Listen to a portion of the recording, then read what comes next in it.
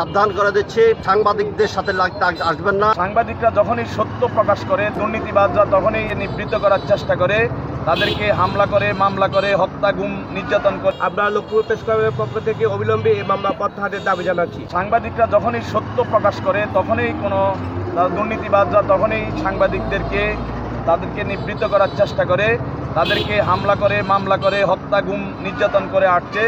এই ধারাবাহিক এই ঝুঁকিপূর্ণ এই পেশাতে সাংবাদিকতার স্বাধীনতাটা এখন নিশ্চিত করার দাবি থাকবে আমাদের।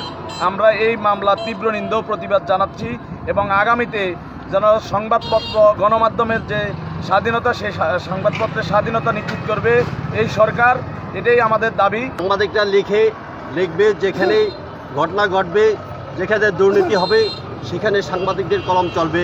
কিন্তু আপনারা দুর্নীতি করবেন, আপনারা মামলা করবেন, হামলা করবেন, এইসব করে কোনো কালেই সাংবাদিকের কলমকে দমিয়ে রাখা যাবে না।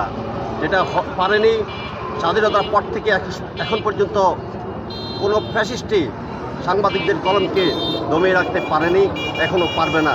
তাই সাবধান করে দিচ্ছি, সাংবাদিকদের সাথে লাগতে আসবেন না। বিশেষ করে মাহমুদুর রহমান সাহেব, তিনি একজন মজলুম সাংবাদিক। তিনি বিগত সময়েও সত্যের পক্ষে তার কলম সোচ্চার থাকার কারণে তিনি বিভিন্নভাবে নির্যাতিত হয়েছেন। এখনও যদি সেটাই হতে হয়, তাহলে ভবিষ্যতের পরিণাম কিন্তু আপনাদের ভালো হবে না, এটা নিশ্চিত বলা যায়। সংবাদপত্রের স্বাধীনতা যদি নিশ্চিত না করা যায়, তাহলে দেশের সুশাসন নিশ্চিত করা যাবে না।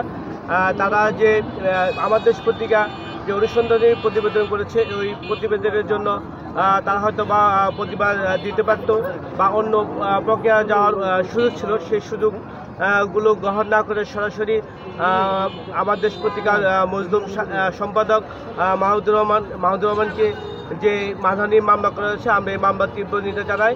আমরা লক্ষ্মীপুর প্রেস ক্লাবের পক্ষ থেকে অবিলম্বে এই মামলা প্রত্যাহারের দাবি জানাচ্ছি।